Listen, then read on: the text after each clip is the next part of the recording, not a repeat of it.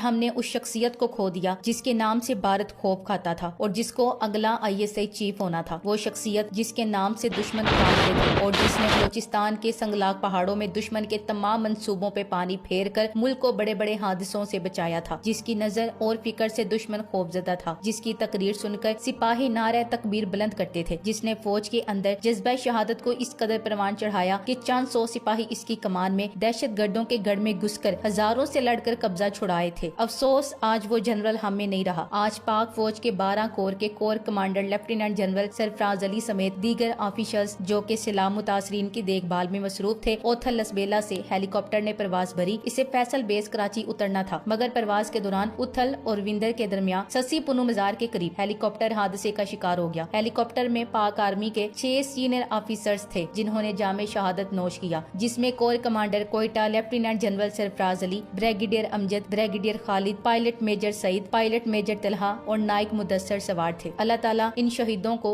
जन्नत में आला मकाम अता फरमाए और इनकी फैमिली को सब्र अता फरमाए, आमीन। कारगिल और स्वात ऑपरेशन के hero lieutenant general Sarfaraz Ali शहीद की शहादत ने आज सबको अफसुर्दा कर दिया है। वो फौज का एक कीमती असासा थे। इन्हें बहादुरी का एजाज हासिल करने वाला मेडल यानी तमगाए बसालत एक बार नहीं बल्कि 2 बार दिया गया। लेफ्टिनेंट जनरल सरफराज शहीद 2 बार तमगाए बसालत हासिल करने वाले चंद एक अफराद में शामिल हैं। Core commander core Quetta lieutenant general Sarfaraz Ali तमगाए बसालत एंड बार ने बलोचिस्तान के जल्जले से मुतासरा इलाकों का दौरा भी किया और वहाँ के मकामी लोगों से मुलाकात भी की। इन्होंने हरनाई के मुतासरा इलाकों में बचाव और इमदादी कार्रवाइयों में हिस्सा लेने वाले अपने फौजियों की भी निगरानी की और फिर इसी फर्ज के दौरान जामे शहादत नोश किया। कल नौजवानों से खिताब करते हुए अपनी आखिरी तकरीर में इन्होंने कहा था कि जनरल कभी रिटायर्ड नहीं होता है। पाकिस्तान मेरा रोमांस है, ये हमेशा कायमो दायम रहेगा क्योंकि ये मुल्क अल्लाह ताला का एक मौजज़ा है। मैं इस मुल्क के नजरियाती तशख्खुस और जगराफियाई सरहदों के तहफ़्फ़ुज़ के लिए खून का आखिरी कतरा बहा दूंगा, रोशनी दिखा दूंगा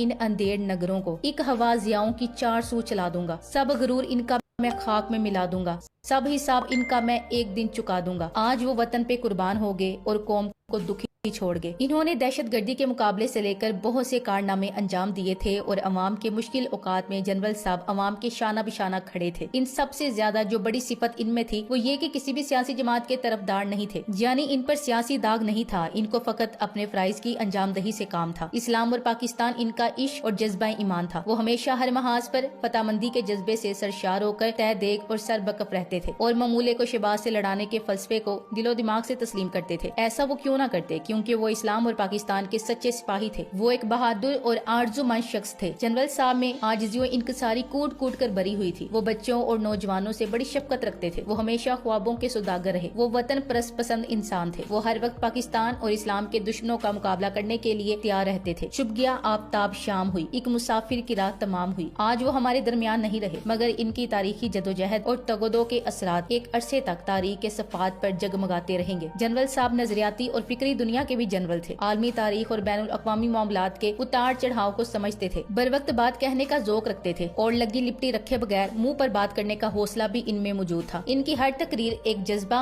और जुनून का मजमुआ होती थी। तारीख ऐसे लोगों को कभी फरामोश नहीं कर सकती जिन्होंने अपनी तारीख आप बनाई हो। गाजी जनरल सरफराज अली पाकिस्तान की तारीख का ऐसा दरख्शा सितारा है जिन्हें चाहते हुए भी इस मुल्क की अस्करी और सियासी क़यादत लाख मुखालफतों के बावजूद भी फरामोश न कर सकेगी। अफवाज पाकिस्तान दरअसल फौज इलाही है। ये हजरत खालिद बिन वलीद की औलाद मोहम्मद बिन कासिम के हमरकाब तारिक बिन जियाद की ललकार और सुल्तान मोहम्मद फातेह की यलगार है। अफवाज पाक की सरबुलंदी इस्लाम और दिफाई वतन के लिए लाजवाल कुर्बानियाँ और खिदमात काबिल सत्ताइश व तारीफ है। आबे जर से लिखने के काबिल है। अफवाज पाकिस्तान में जो खास शोहरत जनरल सरफराज अली के हिस्से में आई है वो बहुत कम लोगों को मिलती है और इसकी वजह जिहाद था। जनरल साहब नजरिया पाकिस्तान और पाकिस्तान में इस्लामी निजाम के क्याम के बड़े हामी थे। वो नजरिया पाकिस्तान के दिफा में सीसा पलाई दीवार बन जाया करते थे। यही वो वजह थी कि वो इस्लामी जमहूरिया पाकिस्तान के दिफा के सिलसिले में हर हद को उबूर करने के लिए तैयार रहते थे। इस बात से कोई इनकार नहीं कर सकता कि इनको पाकिस्तान से इंतहा दर्जे का इश्क था। इनका ये भी गैर मुतज़लज़ल यकीन था कि पाकिस्तान आलमी इस्लाम की क़यादत करने की मुकम्मल अहलियत रखता है। इनकी सिपाहियाना सलाहियतों और अस्करी दानिशमंदी और इनकी फौजी हिकमत अमली ने दुनिया को महवे हैरत कर दिया था। वो अस्करी दुनिया में एक अहम नाम और दुनिया इंटेलिजेंस में अफसानवी शोहरत के हामिल थे जिसको तारीख कभी फरामोश न कर सकेगी। जनरल सरफराज दुनिया इस्लाम की अस्करी कुव्वत और इस्लाम इस्लाम का ऐसा निडर सिपाही था कि जिसकी मिसाल बड़ी मुश्किल से तलाशी जा सकेगी। वो महज गुफ्तार का ही नहीं, किरदार का भी गाजी था। अपने नाकदीन के सख्त जुमले सुनकर भी खुशदिली से इनका मदलल जवाब बगैर अपने ऊपर जज्बाती कैफियत तारी किए दे देना इनकी अहम खूबियों में शामिल था। अक्सर इनके नाकदीन इन पर अस्करियत पसंदी को हवा देने का इल्जाम लगाते हुए ये भूल जाते हैं कि मुस्लिम उम्मा के अंदर 2 अशरे कबल जज्बा जिहाद का शोला भड़काने वाला जरी सिपाही जनरल सरफराज ही था। अल्लाह ताला की राह में जिहाद करने वाले मुजाहिदीन और गाजियों का मर्तबा कितना बुलंद बाला और किस कदर अजमत वाला है, इसके बारे सैकड़ों आयात में अल्लाह ताला ने इन मर्दाने हक की मदाओ सना का खुतबा इरशाद फरमाया है। मगर सूरत अल अदीद में अल्लाह ताला ने मुजाहिदीन और गाजियों के घोड़ों की रफ्तार, समो और इनकी अदाओं की कसम याद फरमाकर इनकी इज्जत और अजमत का इजहार फरमाया। कसम इनकी जो दौड़ते हैं सीने से आवाज निकलती हुई, फिर पत्थरों से आग निकालते हैं सम मारकर, फिर सुबह होते ताराज करते हैं, फिर उस वक्त गुबार उड़ाते हैं, फिर दुश्मन के बीच लश्कर में जाते हैं। बेशक आदमी अपने रब का बड़ा नशुक्रा है। इस घोड़ों से मुराद मुफस्सरीन का इजमा है कि मुजाहिदीन और गाजियों के घोड़े हैं जो अल्लाह ताला के दरबार में इस कदर महबूब व मोहतरम है कि अल्लाह ताला इन घोड़ों बल्कि इनकी अदाओं समों की कसम खाता है। हजरत अबू हुरैरा रज़ियल्लाहु ताला अन्हु से रिवायत है कि मैंने रसूल सल्लल्लाहु अलैहि वसल्लम को ये फरमाते हुए सुना, जो शख्स अल्लाह ताला की राह में जिहाद करता है और अल्लाह ताला खूब जानता है कि कौन इसकी राह में जिहाद करने वाला है, इसकी मिसाल ऐसी है जैसे कोई दिन को रोजे रखता है और रात को नमाज में खड़ा रहे और अल्लाह ताला ने अपनी राह में जिहाद करने वालों के लिए जिम्मा लिया है कि वो इन्हें वफा देगा तो सीधा जन्नत में ले जाएगा, वरना अजरो सवाब देकर इसके साथ माले गनीमत भी देकर सलामती के साथ गढ़ लौटा देगा। तारीख माँ की कोख से वाकयात का जन्म और इंसानी माँ की कोख से बच्चों की पैदाइश निजाम कुदरत है। सुल्तान मोहम्मद फातेह, मोहम्मद गजनवी, सुल्तान सलाहुद्दीन अयूबी और सुल्तान टीपू के कारनामों को जन्म देने वाली तारीख माँ अपने जदीद दौर में दाखिल हो चुकी है। इस बार तारीखी माँ की कोख से जन्म लेकर इस्लाम दुश्मन इस्तेमार को लोहे के चने चबवाने वाला जनरल सरफराज है, जिसने भारत को कारगिल में चने चबवा कर मेडल हासिल किया। फिर अमेरिका, इसराइल और भारत को सवात में अपने शातिर दिमाग और जज्बा ईमानी से शिकस्त दी। यहाँ तक कि अफगानिस्तान ऑपरेशन में इन्होंने सुपर पावर को भी हैरान कर दिया था और अमरीकी जनरल इनकी सलाहियतों को देखकर हैरान रह गए थे। इस अजीम शख्स के जज्बा हुब्बुल वतनी और जहद मिली पर इसके बदतरीन नजरियात मुखालिफ भी रश्क करते थे। वो मुकल्लिद सीरत इस्लाम था, वो सुन्नत पैगम्बरी और अफूदर गुजर की जिंदा मिसाल था। जनरल सरफराज इत्तेहादे उम्मा पर यकीन रखते थे, जिसका इजहार इनकी कई तकरीरों से मिलता है। अपनी पेशा वराना जिंदगी से आखिरी सांस तक वो सालमियत पाकिस्तान, इस्तेकाम पाकिस्तान, दिफाए पाकिस्तान और बकाए पाकिस्तान की जंग लड़ने के लिए हमेशा एक मुजाहिद की तरह मैदान अमल में सरगर्म रहे। वो बैक वक्त पाकिस्तान की जगराफियाई और नजरियाती सरहदों के नुमाया मुहावजों में से एक थे। आपने हमेशा याद रखी जाने वाली जिंदगी गुजारी, इसलिए काम नाम तारीख में हमेशा याद रखा जाएगा। जनरल सरफराज का नाम आज भी दुश्मनों के दिलों में हेबत और लर्जा तारी कर देता है। पूरा नाम लेफ्टिनेंट जनरल सरफराज अली सोमरू था। ताल्लुक आजाद कश्मीर रेजिमेंट था। मौजूदा ओहदा कोर कमांडर कोयटा